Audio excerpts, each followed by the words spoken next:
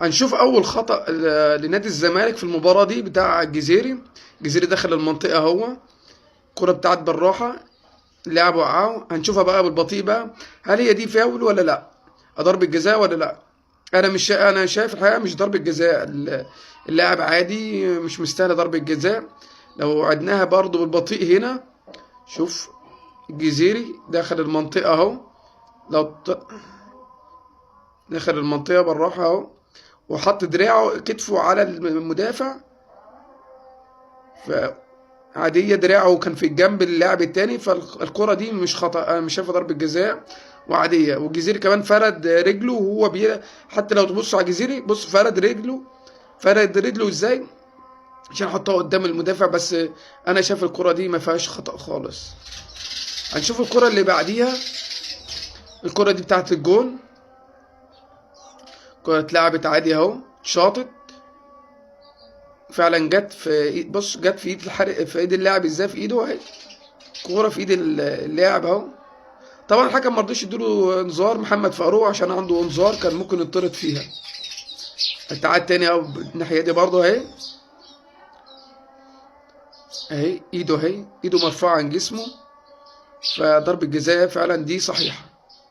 الكره اللي بعديها بتاعت عبد الله السعيد، فاول عبد الله السعيد، انا مش شايفها فاول، هي فاول من الاول على فتوح.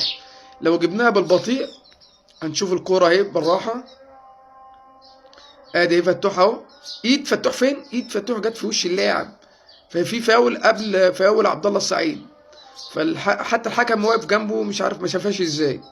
هي دي فاول فعلا لعبد الله السعيد، بس في فاول على فتوح قبل الكرة دي، فالحكم اخطأ في الكرة دي، فالمفروض كأنه اعطى فاول ضد فتوح.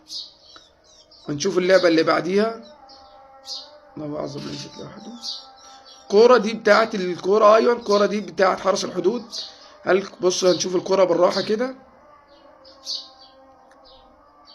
انا شايف الكرة دي ضربة جزاء. الونش فرد رجله وما لمهاش، المفروض كان لمها، عكس كرة حسام عبد المجيد. بص الكرة انا عايدها بالراحة، اللاعب بص الكرة، الونش المفروض كان لم رجله في الحتة دي بقى، كان لم رجله، لا ما لمش رجله، كمل على اللاعب اهو.